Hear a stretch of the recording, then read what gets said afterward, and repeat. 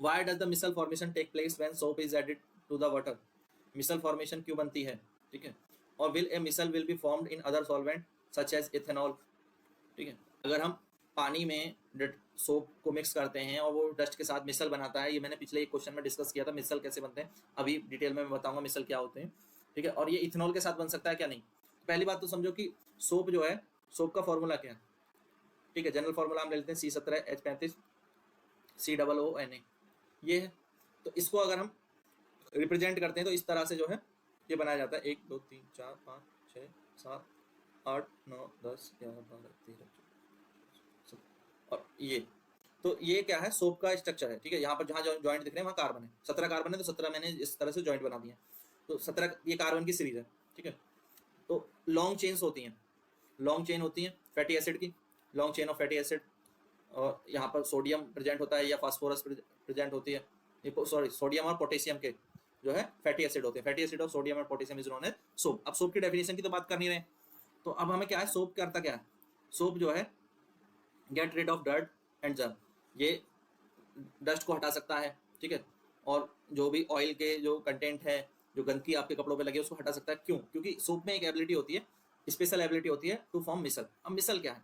मिसल ये डस्ट के चारों ओर जो है ये इस तरह से स्ट्रक्चर बना लेता है, जो ठीक है इस तरह का स्ट्रक्चर बना लेता है, चारों तरफ से एक गोला सा बन जाता है। पिछले वाले इमेज में देखो इस तरह चारों तरफ से एक गोला बना लेता है, और जिसमें जो कार्बन वाली चेन है वो डस्ट पार्टिकल से जुड़ जाती है, और जो सोडियम पार्टिकल है वो दूर बाहर बाहर रहते हैं, ठीक है।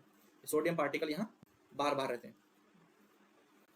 तो अब इसका एक हिस्सा तो पानी की तरफ अट्रैक्ट होता है, जिसे हम कहते हैं हाइड्रोफिलिक एंड, हाइड्रोफिलिक एंड, और एक जो है वो दूर भागता है जिसे कहते हैं हाइड्रोफोबिक, हाइड्रोफोबिक एंड।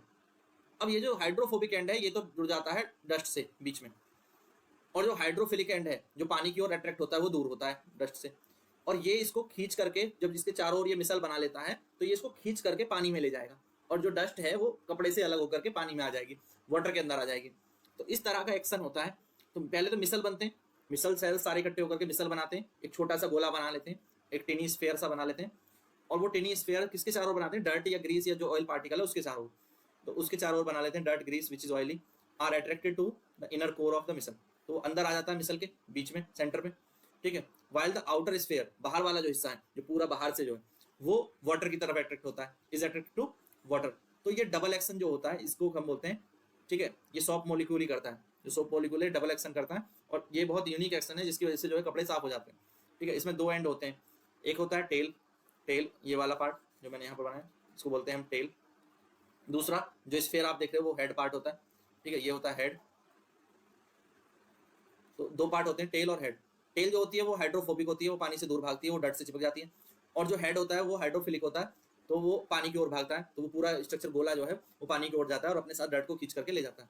तो tail latch into the dirt, latch मतलब जुड़ी होती है, latch into the dirt and grease, while the head reach out up to the water, वो पानी की तरफ जाता है हेड, और with the dirt and grease trapped inside the micelle, तो जो डर्ट और ग्रीस या जो भी ऑयल पार्टिकल है वो पानी के अंदर खींच लिए जाते हैं उसको, तो they are suspended in water easily ranged away, और इस तरह पानी के साथ वो बह जाते हैं। तो this would not be possible without the micelle, micelle नहीं बनेगा तो ये पॉसिबल नहीं होगा, because oil and water normally does not mix, तो पानी में तेल मिक्स नहीं होता है, बट जब हम उसमें सोप मिक्स कर देते हैं सोप मिसल बना लेता है, और वो तेल के पार्टिकल्स को या ऑयल के जो ऑयल के पार्टिकल हैं या डस्ट के जो पार्टिकल हैं उन्हें खींच करके ले आता है पानी में।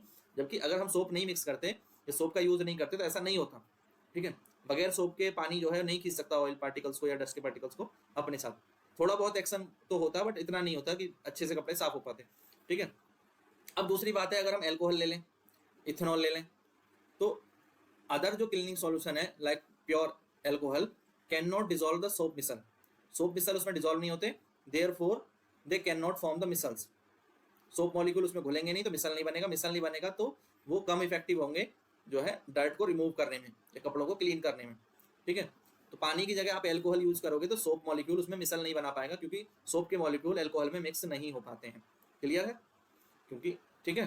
तो जब सोप के मॉलिक्यूल एल्कोहल में मिक्स नहीं हो पाएंगे, मिसल नहीं बनेगा, मिसल नहीं बनेगा तो क्लीनिंग का जो एक्शन है वो नहीं हो पाता, क्लियरली साफ सफाई नहीं हो सकती। यही आपको आंसर करना था, ये बात समझ में आ गई। तो बाकी जो आपका आंसर है वो तो लिखा हुआ ही है, ठीक है, बट इस चीज को समझना है, ठीक है।